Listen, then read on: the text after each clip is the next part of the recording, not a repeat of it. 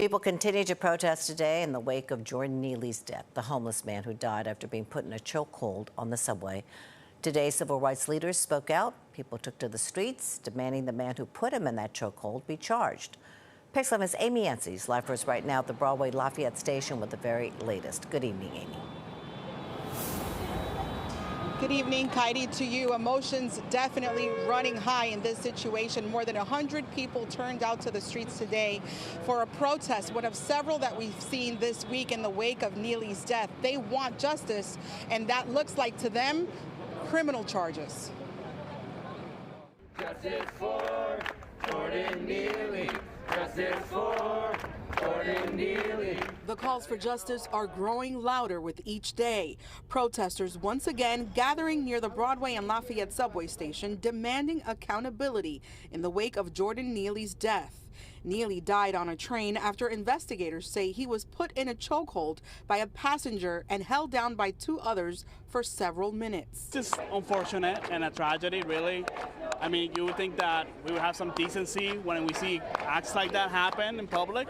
On Monday, the 30-year-old who was a homeless street performer took his final breaths on the very subway where he often impersonated Michael Jackson. Daniel Penny, a former Marine, reportedly restrained Neely for making threats on the train.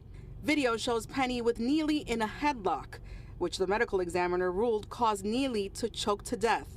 Neely's family told Pix 11 he suffered from mental illness. Jordan wanted food. He wanted something to drink. He was famished. And the response to his call for help was death. This man had a mental issue. And the way you handle that is not to put him in a chokehold and squeeze the life out of him. Reverend Al Sharpton and New York City Public Advocate Jumaane Williams are calling for Penny to be arrested and charged. They question why he and the other two men seen in the video were not taken into custody, drawing similarities between this incident and other cases involving the deaths of black boys and men, like Trayvon Martin and Eric Garner. We have leaders who can't even say, do not choke a man to death on the train. We have leaders who can't even say, we do not want vigilantism in this city. Mayor Eric Adams has said that he is waiting for the investigation to play itself out and will not rush to judgment.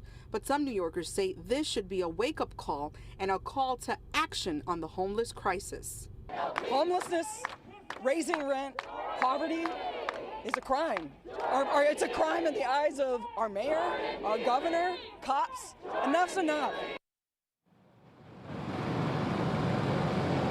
Now, in a statement released by his attorney, Daniel Penny said he, quote, never intended to harm Mr. Neely and could not have foreseen his untimely death. The Manhattan District Attorney's Office is reviewing this incident and will have the final say on whether or not to pursue charges. That's the latest from here in Lower Manhattan. Amy Yancey, Pix 11 News. Heidi?